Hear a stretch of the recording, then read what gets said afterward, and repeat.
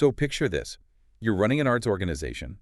You're passionate. You believe you're providing something absolutely essential to the public. Beauty, education, cultural connection. Exactly. And you do all the painstaking work, you set up the nonprofit, and you pour, countless hours into that application for charitable status with the CRA. The Canada Revenue Agency. Right. You wait for months, maybe even longer. And then the letter arrives. And it's a rejection. It's demoralizing. Huh. It feels like the government is fundamentally missing the point of what you do. You know your work is for the public benefit, but the legal framework is just saying, not quite. And that's our mission for this deep dive. We went through the source material, the legal decisions, to pull out the 7 most common and often really subtle reasons arts charity applications get a hard no. This isn't about whether your art is good. Not at all. It's about structure, governance, and whether you meet a very specific legal definition of public benefit. Think of this as a shortcut to understanding how the CRA sees things. Okay, let's do it. We want to give you, the learner, the knowledge to get this right the first time, or maybe appeal a rejection. So let's unpack this.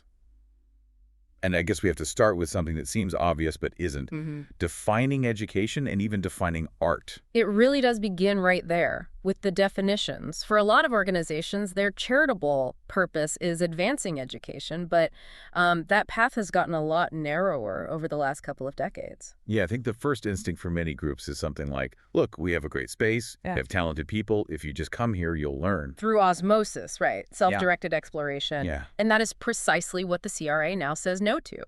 This really strict interpretation comes from a landmark 1999 case, the Vancouver Society decision. Before that, things were a lot looser. So what did that case actually establish? What was the principle that made the CRA so much stricter? It established that just providing, passive access to materials or an opportunity for someone to teach themselves, that's not enough. It's not education. It's not charitable education. The CRA needs to see verifiable learning. They need structure, a clear transfer of knowledge. So just setting up a beautiful gallery wall with some text or a bulletin board with resources that looks more like a public amenity, not a structured educational program. So the charity has to show active teaching. They need a curriculum. They need instructors, maybe some way to measure progress, a methodology. Precisely. If you can't document a formal, organized system of instruction, it doesn't matter if it's ceramics or opera, you're not advancing education in the eyes of the law, no matter how good your intentions are. Okay, and that brings us to the second point, which is it's a minefield, defining art itself. I can see this being an existential crisis for any, avant-garde group. The CRA has a test for what even qualifies as art. It has to have, what was the phrase, common or widespread acceptance within the Canadian arts community. That phrase is the gatekeeper. It is. We're dealing with a system that, by its nature, favors the established. The sources are clear. Things like ballet, jazz, photography, classical music, they're basically pre-approved. Their acceptance isn't really in doubt. But what if your whole point is to challenge what's accepted? What if you're doing, that interpretive parking lot performance art we read about, or installations made from recycled shopping carts? How on earth do you prove widespread acceptance? That's the critical question, and that's where the documentation has to be rock solid. If you are promoting a cutting-edge medium, you have to provide serious, objective evidence to make your case. What kind of evidence? The CRA is looking for external validation, things that prove your work is more than just, say, a hobby or a personal project. So what does that look like? What could you possibly show them? You need to show that the art form is being taught at accredited universities or colleges. You have to show it's received competitive grants from, established arm's-length arts councils, so provincial or federal bodies. Not just a local community grant. Right. And, crucially, academic discussion. Proof that the work is being published, debated in reputable arts journals. If you can't document the recognition of the medium, the CRA is going to see it as unproven. So the goal isn't just making art. It's about having the form of that art recognized by the establishment, which, from a regulatory view, I guess that makes sense. It does. They're protecting public funds. Okay, so let's say you've cleared those hurdles. You've defined your art, you've structured your teaching. Now the CRA starts looking at how you actually operate. And this is where it gets into quality and purpose. Which brings us to point 3, the artistic merit requirement. Now, this sounds subjective, I know. That sounds very subjective. High character.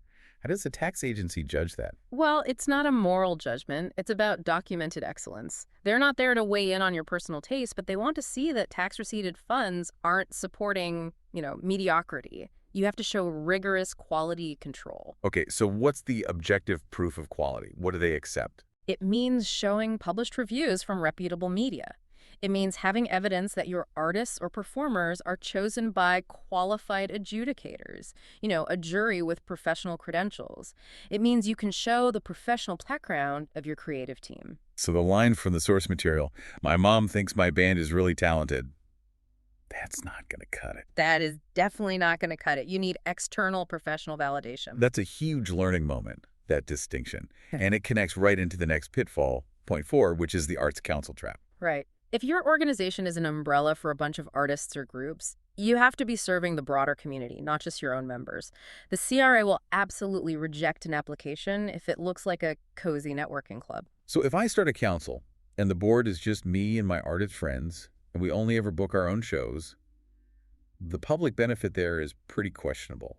Exactly. The CRA draws a very clear line between a public activity and what they call a glorified marketplace. If your main purpose is helping your members sell their art or book their gigs, that's private benefit. The focus has to be on things like large-scale public exhibitions, workshops open to everyone, outreach, things that benefit the whole community, not just the inner circle. If you connect the dots here, you can see the CRA coming back to this one idea again and again. The elimination of unacceptable private benefit. Yes.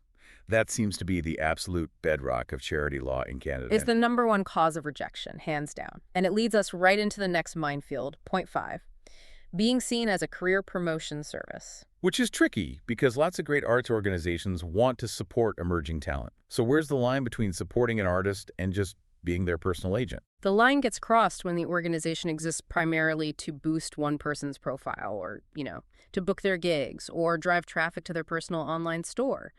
If your website basically looks like an artist booking agency, you're providing an unacceptable private benefit. So then how can you pay an artist a decent wage for their work without setting off these alarm bells? It all comes down to a concept called incidental benefit. Incidental. Any benefit to an artist has to be necessary, reasonable, and proportionate to the public benefit you're delivering. Paying a fair market fee to an artist to teach a public class or perform in a public concert, that's necessary. It's incidental. Because that spending directly serves the public purpose. Exactly. But organizing a huge, costly promotional tour just to build that one artist's commercial brand, that's disproportionate. That's pure private benefit. That is such a crucial distinction for you, the learner, to get. And since we're on the topic of money and private benefit, let's jump to point 7. It's so connected. The scrutiny of compensation. Oh, this is a huge red flag for the CRA. It points to self-dealing or just bad governance.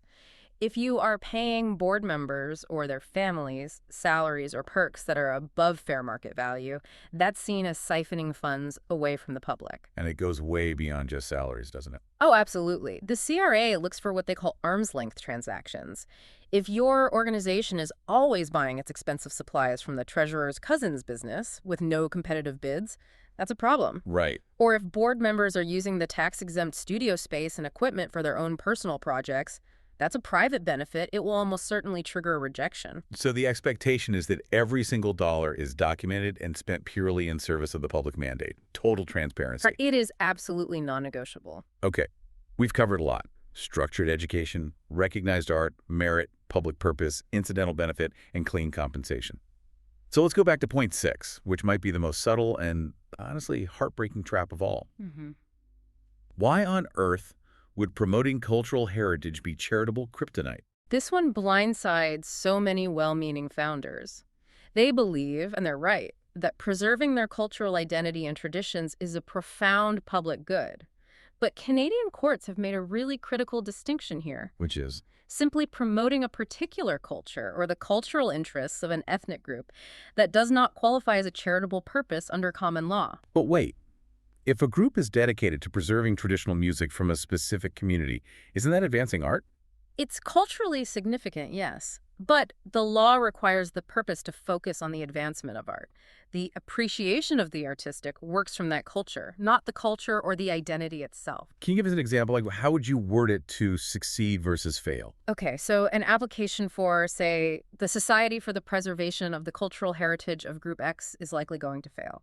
Its purpose is about promoting a group identity. Okay, and the successful version? It would be something like the Academy for Teaching the Traditional Folk Music and Performance Styles of Group X. The takeaway for you is to focus on teaching the specific art forms. The art itself has to be the star, not the cultural identity. That subtle change in wording can be everything. Wow, that's incredibly important. The purpose has to be universal.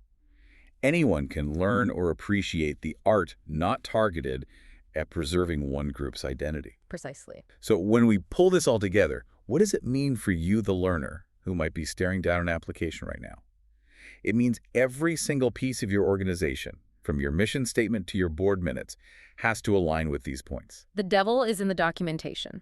And that clear, consistent focus on public good. It's not hopeless, right? No, not at all. That's the silver lining here. Most of these are fixable issues. It usually means tightening up your governance, getting formal policies for how you select artists, and really reviewing your purposes to make sure they put public benefit ahead of any private interest. You have to move past just passion and into provable structure. And there was a key resource mentioned in the sources for anyone who wants to get this right. Yes.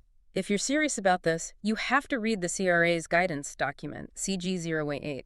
It lays out exactly how they interpret all of this. It's the official rulebook. You need to know it. So a rejection isn't necessarily the end, but you have to be ready to prove your public value beyond any doubt. Absolutely. And as you think about all this, it leaves you with one final thought. We talked about how hard it is for revolutionary art to get that common acceptance. Right. Well, if a truly innovative art form hasn't been accepted yet, if those shopping cart installations are really brand new, the legal definition of charitable might actually prevent it from getting funding until it's already established. The art has to become almost conventional, taught in a university, published in a journal, before it can be deemed charitable. It raises this fascinating paradox, doesn't it? Does the law of public benefit inherently favor the established over the truly revolutionary? It's something to mull over.